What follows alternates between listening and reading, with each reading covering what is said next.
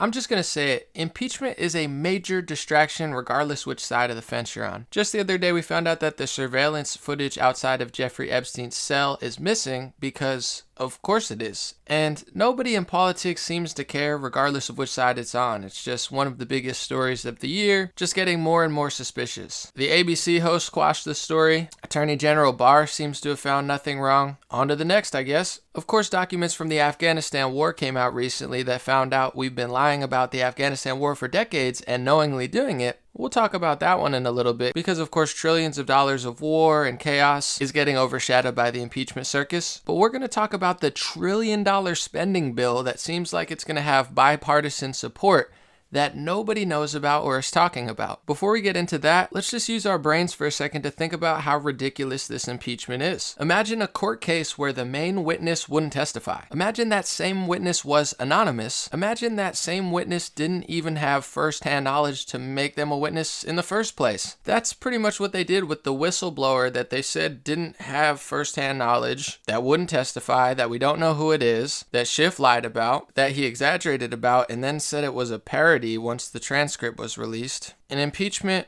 with an anonymous second-hand whistleblower that wouldn't even testify. Anything to beat Trump, I guess, but more importantly, what's this massive $1.5 trillion spending bill about? Let's listen to Tucker talk about it for a second. If you're a cynical person, you might suspect that all of this was designed from the beginning to distract you from what's actually going on. And what is actually going on? Well, a lot is going on around the world and in this country. For example, one among many. Before it leaves town for Christmas, the Congress will pass a 2,000-page spending bill that Dana just referred to. It amounts to about $1.4 trillion. What's in that bill? Wouldn't you like to know? You were too busy watching impeachment to find out. But we took a little time and checked. Here's a selection. For example, thousands of Liberians from Liberia living in this country will get a special pathway to citizenship. Why? How'd that happen? Don't ask. It was never debated. You had no idea it was even happening. This is your country. You didn't know. And of course, that was the point. Or how about the war in Afghanistan going on now for 18 years?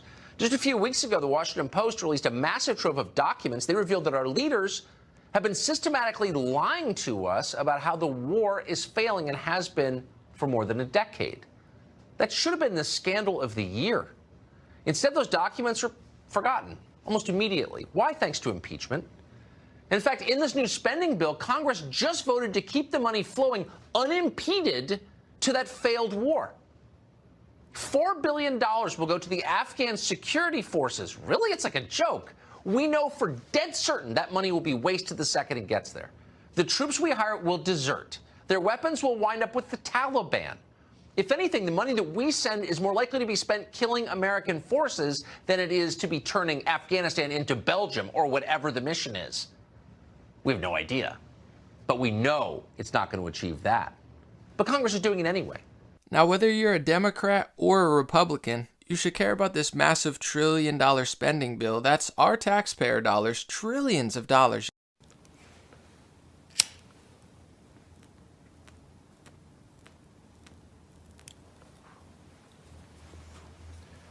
Christmas came early in Washington for lobbyists. Lobbyists who are bankrupting this country. While you were with your family, while you were shopping for Christmas, the lobbyists were spending and spending. I present to you the massive omnibus bill that Congress is voting on. Tomorrow the Senate will vote on this. 2,313 pages.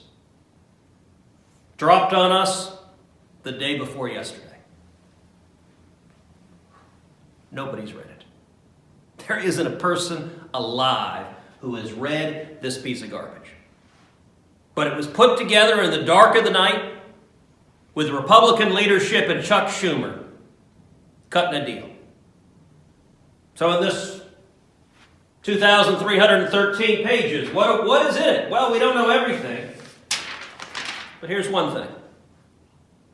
It extends the XM Bank, one of the greatest corporate boondoggles, corporate welfare. The lobbyists love it. For 7 years, the XM Bank is extended with no vote on it. Number 2, buried in here, it raises the tobacco purchasing age to 21. So now our soldiers at age 18, you can be drafted to go into war. You can be sent to the front lines. You can face machine gun fire. But God help you if you want to have a smoke. Did we have a vote on that? Did we have a debate on that? Did someone say, maybe the states could set the tobacco age? Maybe it doesn't have to be the federal government. Nope. No vote. Just a deal in a smoke-filled room forcing that result. What else did it do? It funds government research on gun control. That's right. That's part of this deal, is let's now have the federal government doing research on gun control. Can't you wait? From the report from the Center for Disease Control. Mind you, last I checked, exercising your Second Amendment rights is not a virus that the Center for Disease Control should be studying, but now we've got millions of dollars funding bogus studies that are going to be used to try to take away your constitutional rights. What else is in there? Continues the tax breaks for so-called renewable energy. Continues all of the corporate subsidies. Just slipped into the night. Big Democratic priority. Do we have a vote on that? Do we have a vote on whether to continue them? Nope. Other than this big, giant spending bill. And how much is it? Well, we know it's 2,313 pages, but those pages spend $1.4 trillion. You want to know how you bankrupt a country? You want to know how you get a $23 trillion national debt? You're looking at it. Deals cut in the dead of night. $1.4 trillion. You've probably never seen that while you're looking at it right there. What doesn't it do? Well, here's one of the things it doesn't do. It fails to defund Planned Parenthood. Doesn't deliver on that priority. Doesn't deliver on that promise. It continues taxpayer money going to Planned Parenthood. What else doesn't it do? Well, fails to end Obamacare. Doesn't even try. Not part of it at all. Takes care of the insurance companies. Takes care of the lobbyists. But for the millions of people who are struggling to meet their health insurance costs, no help at all. What else does it not do? Fails to expand College 529 savings plans and to expand education freedom. This is a bipartisan idea. This is an idea that passed the House Ways and Means Committee unanimously until the teachers union got Nancy Pelosi to do a drive-by shooting and strip it out. Hurting parents that have kids with disabilities, hurting kids with disabilities, hurting homeschoolers, hurting millions of public school students who are prevented from using 529 savings plans to pay for tutoring and standardized tests. Doesn't do that at all. It fails to stop sanctuary cities. Nowhere in the 2,300 pages is real leadership stopping sanctuary cities. Nowhere to be found. And finally, number 10, it fails to fully fund the wall. How much does it come short? Well, President Trump asked for $8.6 billion to fund the wall. Does it give $8 billion? Does it give $7 billion? Does it give 6, 5, 4, 3, 2? No. It gives $1.4 billion. Doesn't come close to fully funding the wall. This is why Washington's corrupt. This is an example of government of the lobbyist, by the lobbyist, and for the lobbyists. And this pile of trash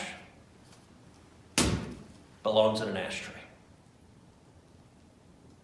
Pretty crazy, right? Nobody's even read it, but they're about to vote on it. Guess this is politics at work. The Democratic Party has already disappointed me beyond embarrassment this last couple years. But even the Republicans are really letting me down. They're gung-ho about this speech regulation, and they're all about these speech bills. Ron DeSantis, Trump, go, go, go. We have to fight this hate speech. We have to fight this hate speech. And people say to me, Anomaly, it seems like you changed. Something's different. Something is different. Once you realize that conservatives, including the president, including these people you've been supporting, including the Republican Party, including all of these media organizations that you thought were new and young and hip and conservative, once you realize that they're not really even about conserving freedom of speech, the First Amendment, once you realize that they start suggesting red flag laws and they're not even really for supporting the Second Amendment or defending the Second Amendment, once you realize that the best conservatives you have can't even seem to conserve the first two amendments, pass multi-trillion-dollar spending bills, constantly just run you in circles, and they tell you, oh, we're drinking liberal tears, ha ha ha ha ha. It's like, I guess, but it starts feeling like the lesser of two evils again, instead of actually having a party and a group that stands up for your rights. Because I draw a firm line at the first two amendments, and they can't even stand up for that, let alone this bill I just told you about. But let me know your thoughts. That's where I'm at with all this stuff. I value freedom of speech and the Second Amendment very, very highly, and I don't think it should be normal or status quo to sell it out and give it up